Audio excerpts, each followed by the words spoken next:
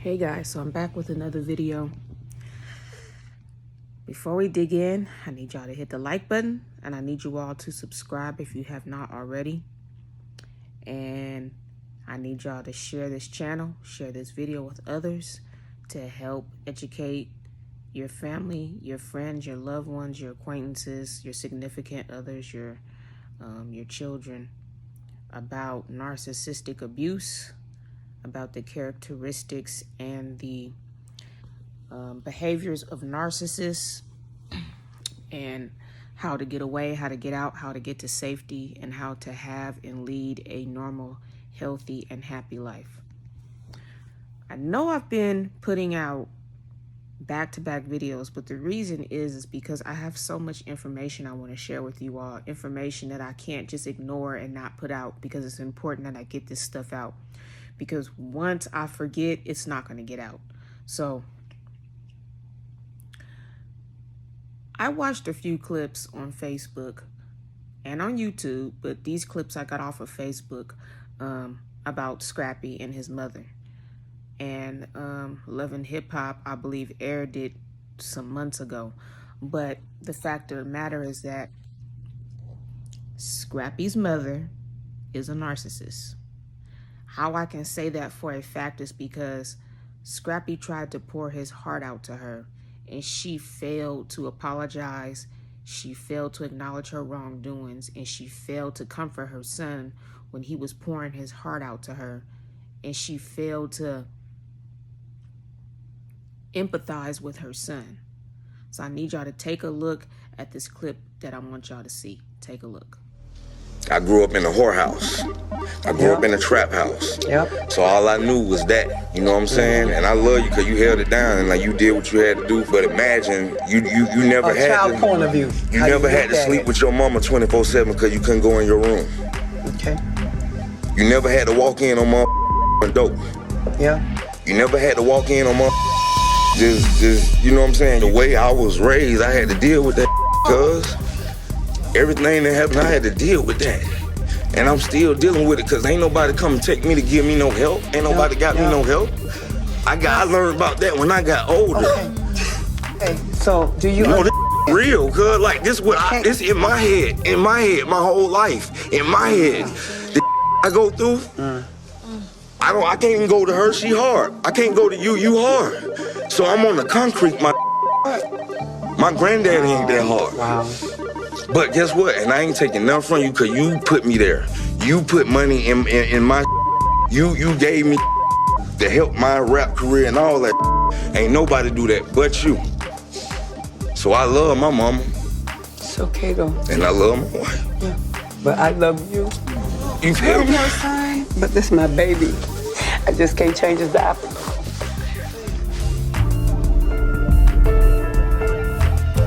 So now I'm back.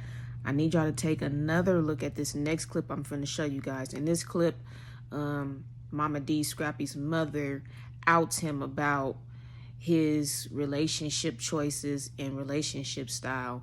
And for her to do that, for her to out her son to his wife, that was foul. That was low down. That was a snake-like move. And that was a prime example of her stabbing him in the back. But these are the types of things that narcissists do. They will stab you in the back. They will out you. They will make snake-like moves, and they will do things that you would least expect, that you would not see coming. And they only do it to benefit themselves, and they do it to keep drama going. They do it to keep negative energy going, and they do it because it satisfies them and their ego. So as long as they can create problems, create drama, and have negativity go on and be around and cloaked in dysfunction, they thrive. Narcissists, they thrive off of dysfunction. So I want y'all to take a look at this next clip that I want y'all to see. Take a look. I would love to be wrong, but you do know he has more than one egg in his basket. I'm sorry? He has one egg in his basket. He has one egg in his basket? Always. What? I was on some Scooby-Doo type stuff. I was like, And what I mean by that, he wants to keep his options open. Do you want to keep your options open? Can my son be with just one? Can you just eat one Lay's potato chip? I don't think so. What is this egg thing, though? Like, I'm confused about the eggs. Who's the other egg? really Like, doesn't what are want you you to saying? Did you tell your mom about some eggs? Look at the look on Mama D's face. Priceless. I'm trying to find out what's the egg. You talking about another bitch? Like, you got another one? listen, I thought the egg came from a bird, okay? I don't know, okay? Right. So we finna go. Wow. Really? Watching that bitch. Even on a bad day, I have a good day. That's right. So after watching that clip, you guys can clearly see that narcissists, they love to tear people down. They thrive off of other people's hurt and pain and misery. And they are not satisfied unless they in some drama, unless they got some stuff going on, or unless they hurting somebody or throwing somebody under the bus or watching someone else squirm and squabble. The thing about narcissistic mothers is that a lot of times they will interfere with their children's marriages, relationships, parenting, household, you name it. The mother, who's a narcissist, a lot of times will interfere with their children's marriages, relationships, parenting, and households. How can I say this for a fact? It's because Scrappy's mother just did it in that clip that I just showed you guys. Also, my mother-in-law has done it to me several times throughout my 16-year marriage. And she has manipulated my husband against me. She has manipulated my husband against me when it came to parenting our children. She has manipulated my children against me to try to get my children to disobey me and to disrespect me.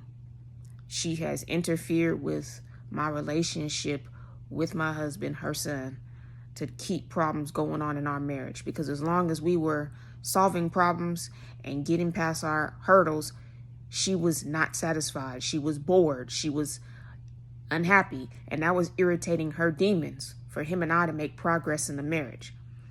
So what she always had to do was get in his ear, say things to him, to get him to go against me, to get him to buck up against me, to get him to do foolish things against his own wife, foolish things against his own marriage, and foolish things against his own self.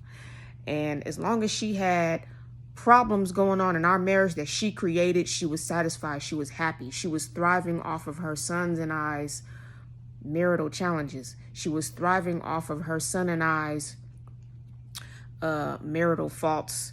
She was thriving off of her son and I taking 10 steps backwards in the marriage rather than going forward. She was thriving off of my sadness.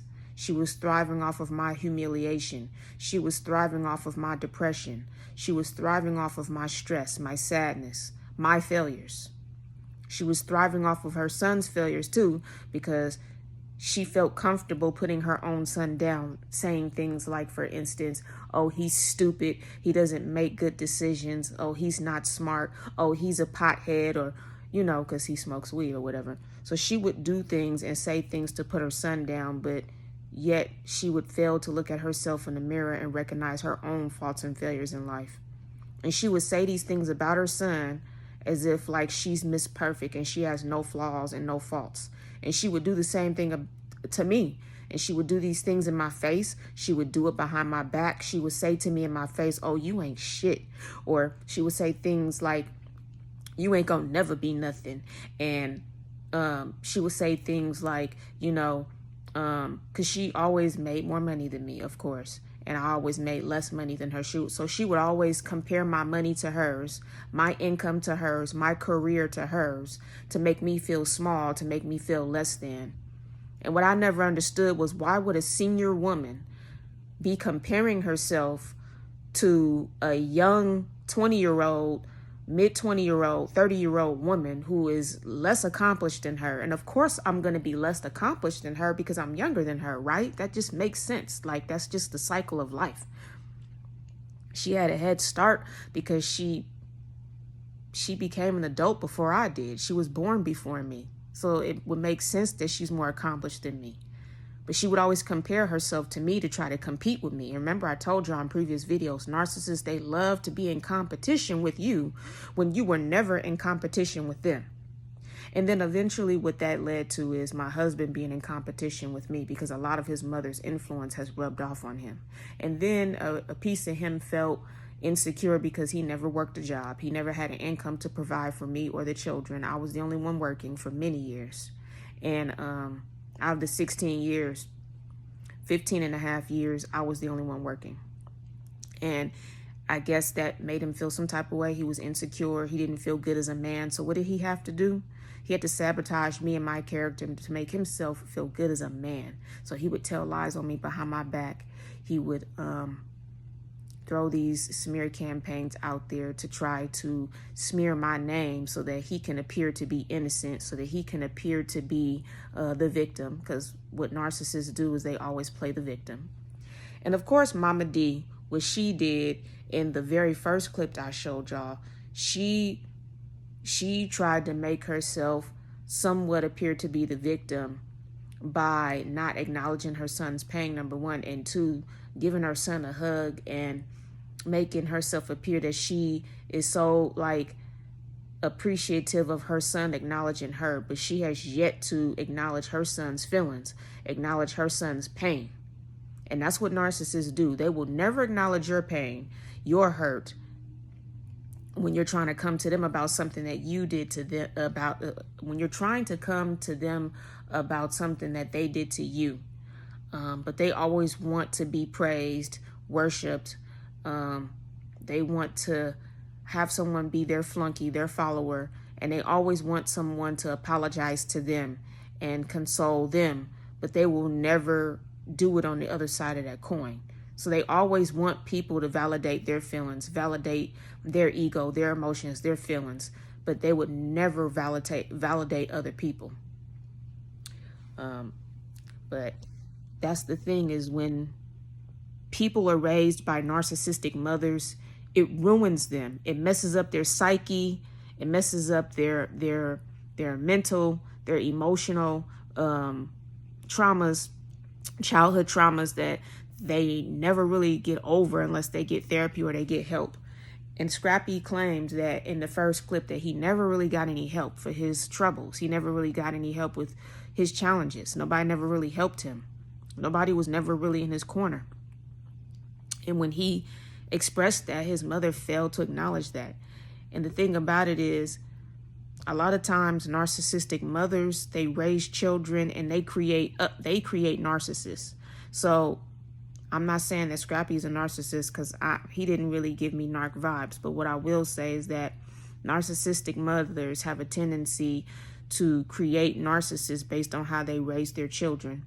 And they also have a tendency to create empathic people who are walking around with a lot of emotional and childhood trauma wounds that never get healed, never get worked on. And so they end up,